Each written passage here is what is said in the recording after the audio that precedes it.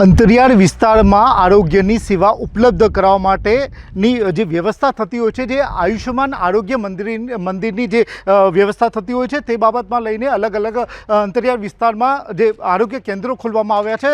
સંદેશ ન્યૂઝ દ્વારા reality check કરવામાં આવ્યું છે. જે આપણે પહોંચ્યા છે, જે દામાવાસ જે ખેડબ્રહ્મા તાલુકાનો અંતરિયાળ વિસ્તારમાં પહાડી વિસ્તારમાં આવેલું છે, ત્યાંમાં હાલમાં તમે જોઈ શકો છો કે સંદેશ ઝીરો ગ્રાઉન્ડ રિયાલિટીમાં ખંભાતી તારા જોવા મળી રહ્યા છે. કેટલાય સમયથી બંધ હોય તેવા દ્રશ્યો તમે જોઈ શકો છો. અને કહેવાય કે કેટલાય સમયથી ખેડબ્રહ્મા અને પોશીના વિસ્તારમાં કેટલાય વિડીયો વાયરલ થયા છે કે સેવાના નામે માત્ર કાગળ ઉપર ચાલતી હોય તેવા દ્રશ્યો જોઈ રહ્યા છે.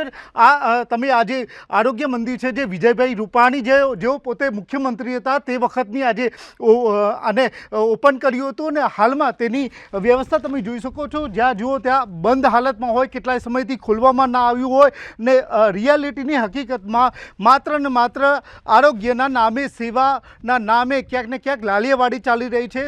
જે આજુબાજુના લોકોને દૂર દૂરથી જવું પડતું હોય, ક્યાંક પ્રાઇવેટ હોસ્પિટલો ધમધમતી થતી હોય, પણ જે વ્યવસ્થા કરવામાં આવતી હોય આરોગ્યની સેવાના નામે માત્ર ને માત્ર મીંડું છે. હિતેશ રાવલ, સંદેશ ન્યૂઝ, ખેડબ્રહ્મા.